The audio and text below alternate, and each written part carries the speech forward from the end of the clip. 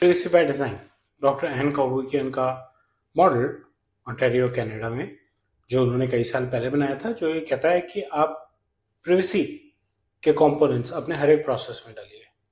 इस वीडियो में और आने वाले कुछ दिन हम privacy by design DPDP act के रेफरेंस से बात करेंगे। मेरे यूट्यूब चैनल पे आपका स्वागत है, जिसपे आप रोज प्रिवेसी में नया कंटेंट देखते हैं।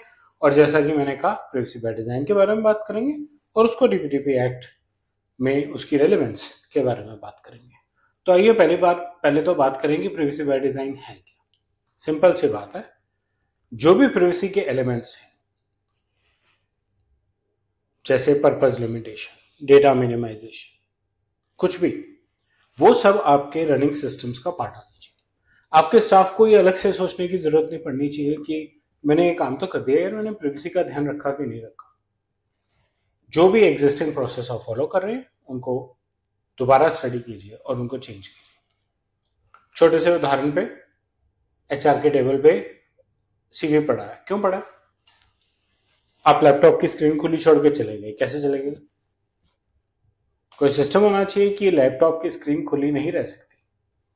आईटी ये सिस्टम लगा दे कि 2 मिनट से ऊपर कुछ नहीं हो रहा, स्क्रीन लॉक हो जाएगी, या 1 मिनट से ऊपर कुछ नहीं हो रहा, स्क्रीन लॉक हो जाएगी, और आपको पासवर्ड डालना पड़ेगा खुलने के लिए।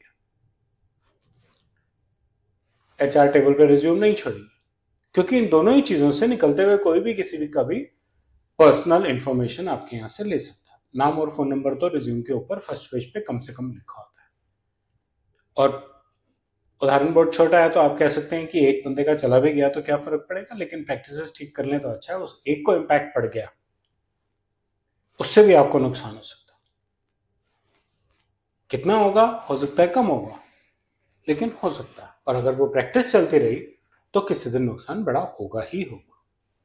जो भी नए प्रोसेसेस आप सिस्टम में अडॉप्ट कर रहे हैं, उनके अंदर भी प्रिवेसी के कंपोनेंट्स डले हुए होने चाहिए। आपके फाइल सर्वर्स अभी अगर रोल बेस्ड एक्सेस कंट्रोल नहीं है तो आप डाल दीजिए।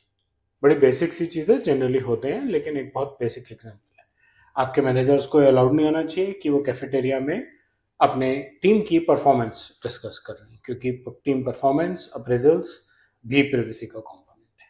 आप अगर एक कॉल सेंटर हैं या इवन अदरवाइज सपोर्ट सर्विसेज की कंपनी है, तो भी कैफेटेरिया में जहां और डिपार्टमेंट्स के, जहां और प्रोजेक्ट्स के लोग हो सकते हैं, आप अपने technical experiences, customer handling experiences discuss कर सकते हैं, लेकिन आपको कस्टमर्स के नाम वहां नहीं लेने, जिससे कि कस्टमर की प्राइवेसी बनी रहे। प्राइवेसी बाय डिजाइन आपको एक प्रोएक्टिव अप्रोच देती है। ये इन छोटे से एग्जांपल्स में ही अगर आप अडॉप्ट करते हैं तो आप देखिए कि कुछ चीजें तो ऑटोमेटिकली प्रोटेक्ट होगी। डेली वर्किंग में प्राइवेसी अपने आप एक कंपोनेंट बन जाती है। आप क्या सोच रहे हैं, कैसे सोच रहे हैं, क्या प्लान बना रहे हैं, कैसे प्लान कर रहे हैं, कैसे ऑपरेट कर रहे हैं। एक और एग्जांपल लीजिए, एचआरएमएस सॉफ्टवेयर जहां लोग ऑटोमेटिकली डेटा डालते हैं, उसमें इंक्रिप्शन एनेबल्ड होनी चाहिए।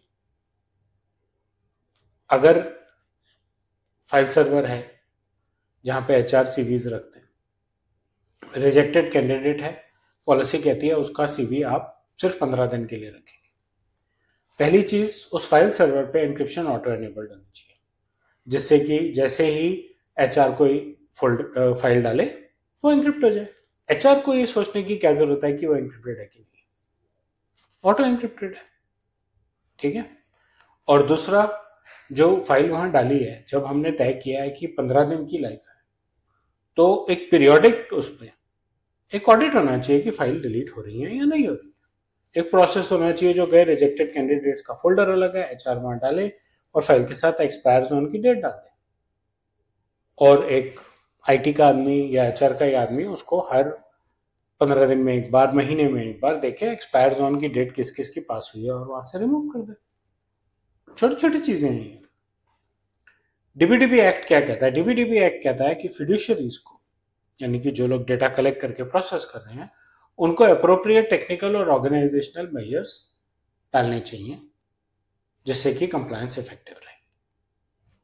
सिंपल है, कोई लंबा चौड़ा काम नहीं है। सिग्निफिकेंट डेटा फिड्यूशरीज को पीरियोडिक डीपीआईएस करनी चाहिए। कैसे सक्सेसफुल होंगी असेसमेंट्स और ऑडिट्स? डीपीओ क्या करेगा अगर सिस्टम से प्रॉपर नहीं है? सिस्टम्स में privacy by design auto components हैं, असेसमेंट करनी आसान हो जाएगी, ऑडिट्स तो बिल्कुल स्मूथ हो जाएंगे, और प्रोसेसिंग लॉफुल होनी चाहिए। मिनिमम डेटा कलेक्ट किया जाए, अगली बार प्रोसेस बनाने वाले को क्लियर रहेगा कि मुझे डेटा सिर्फ उतना लेना है जितना मुझे चाहिए।